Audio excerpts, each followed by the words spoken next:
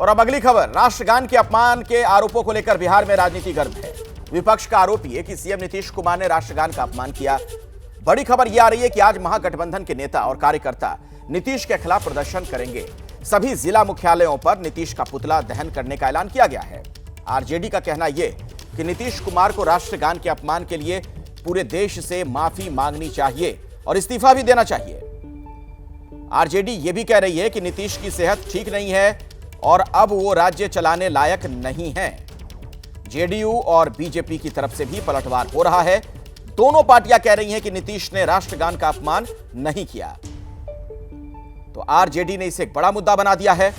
नीतीश कुमार का इस्तीफा मांगा जा रहा है। ये वो वीडियो जिसको लेकर सवाल खड़े किए गए और आरजेडी का हल्ला बोल इस पर जारी है। सड़क से लेकर सदन के अंदर आप देख रहे हैं किस तरीके से जो आरजेडी के नेता हैं, विधायक हैं, सांसद हैं, वो सवाल खड़े कर रहे हैं। आरजेडी के प्रवक्ता हैं मृत्युंजय तिवारी। उन्होंने भी अपनी प्रतिक्रिया दी और दावा किया कि नीतीश को चुप्पी तोड़नी चाहिए क्योंकि बिहार उनसे संभल नहीं रहा। जिसके बाद केंद्रीय मंत्री जीतन राम मांझी ने आरजेडी को जवाब दिया और नीतीश पर सवाल उठाने पर तेजस्वी यादव को घेरा। राष्ट्रगान का अपमान नहीं सहेगा हिंदुस्तान, ये तो हद ही हो गई। अब आखिर आदरणीय प्रधानमंत्री जी अपने लाडले मुख्यमंत्री के इस अटपटी हरकतों पर क्यों चुप है? ये बिहार अब आदरणीय नीतीश कुमार जी नहीं संभाल सकते। ये प्रदेश के मुखिया है सरकार के और उनकी हरकतों से बिहार शर्मिंदा है, शर्मसार हो रहा है। ये दुर्भाग्यपूर्ण स्थिति हो गई है। अब बिहार बर्दाश्त नहीं कर सकता है। कौन कह दिया कि राष्ट्रगान का अपमान किए हैं? वो उनको दिव्य दृष्टि है क्या है? बाकी सब लोग हैं कह रहे हैं कि कोई अपमान नहीं हुआ है। वो क्यों कहते हैं? वो मन को जरा धो लें, दिमाग को साफ कर लें। और नीतीश कुमार ऐसे आदमी जो 20 वर्ष तक बिहार के राज्य को सफलतापूर्वक चलाए हैं, उनसे अपेक्षा की जाती है कि राष्ट्रगान का वो करेंगे अपमान। संभव ही नहीं है। वो भले कर सकते हैं ज्ञानतावश, 2 दिन से आए हैं राजनीति में, और जो आज राजनीति में जीवन खपा दिया वो राष्ट्रगान का सम्मान करेगा ना तो दूसरा कोई कौन करेगा? तो देखिए, बिहार में चुनाव से पहले राजनीति के मैदान में खूब वार और पलटवार हो रहा है। अब तेजस्वी के तिलक और टोपी को लेकर बीजेपी सवाल खड़े कर रही है।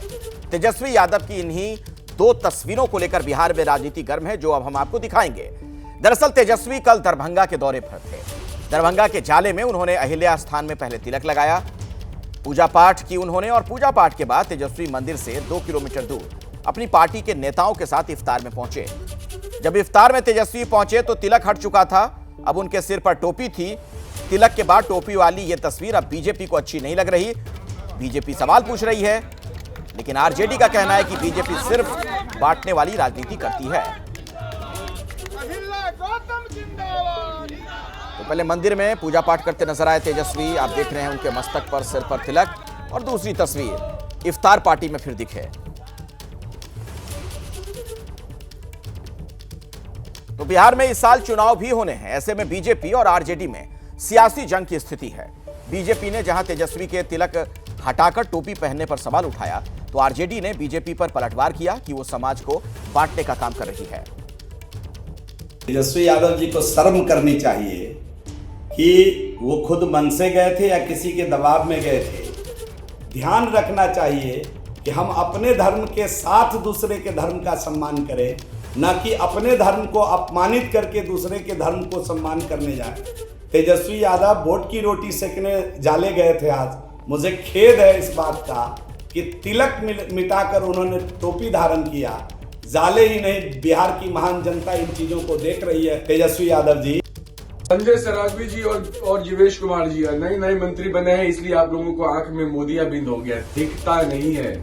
ऑपरेशन करने की जरूरत है। आप सवाल उठा रहे हैं हमारे नेता पर। अरे नेता ने तो मंदिर में जाके श्रद्धा के साथ पूजा भी करी, घर में भी करते हैं और इफ्तारी में भी गए। समाज के सभी वर्गों को साथ में लेकर चलने की बात करते हैं वो। आप लोग सिर्फ और सिर्फ समाज को बांटने की बात करते हैं। आपको यह भी बता दें कि पटना में राबड़ी आवास के आगे नीतीश कुमार के खिलाफ होर्डिंग्स लगाए गए। इसमें नीतीश कुमार की तस्वीर के साथ लिखा है, नायक नहीं खलनायक हो। इसके अलावा होर्डिंग में लिखा गया कि महिलाओं और राष्ट्रगान का अपमान किया गया है। होर्डिंग संजू कोहली की ओर से लगाया गया और इस होर्डिंग में बीजेपी के फायर ब्रांड नेता हरिभूषण ठाकुर बचौल, जेडीयू के विधायक गोपाल मंडल की भी तस्वीर है। देखिए इसमें क्या लिखा गया है, नायक नहीं खलनायक हूं मैं। और ये राबड़ी देवी के आवास के बाहर की तस्वीर, आरजेडी की एक नेता ने ये होर्डिंग वहां लगवाया। बिहार में विधानसभा चुनाव इसी साल होना है। सभी दल अपनी अपनी जीत के लिए प्लानिंग कर रहे हैं। अब बीजेपी ने बिहार जीत के लिए अलग रणनीति बनाई। बिहार बीजेपी के बड़े नेता अब दूसरे राज्यों में जाएंगे, वहां रह रहे प्रतिष्ठित और बिहार के लोगों से बातचीत करेंगे, जिससे चुनाव के वक्त दूसरे राज्यों में रह रहे बिहार के लोग चुनाव के वक्त बिहार में वोट डालने आ सकें। तो बिहार जीत के लिए बीजेपी ने एक खास रणनीति बनाई है। बिहार के बड़े नेता दूसरे राज्यों का दौरा करेंगे, लोगों से मुलाकात करेंगे। दूसरे राज्यों में रहने वाले बिहार के लोगों से उनकी मुलाकात होगी, बातचीत होगी, ताकि चुनाव के वक्त वो लोग बिहार जाएं और वोट करें।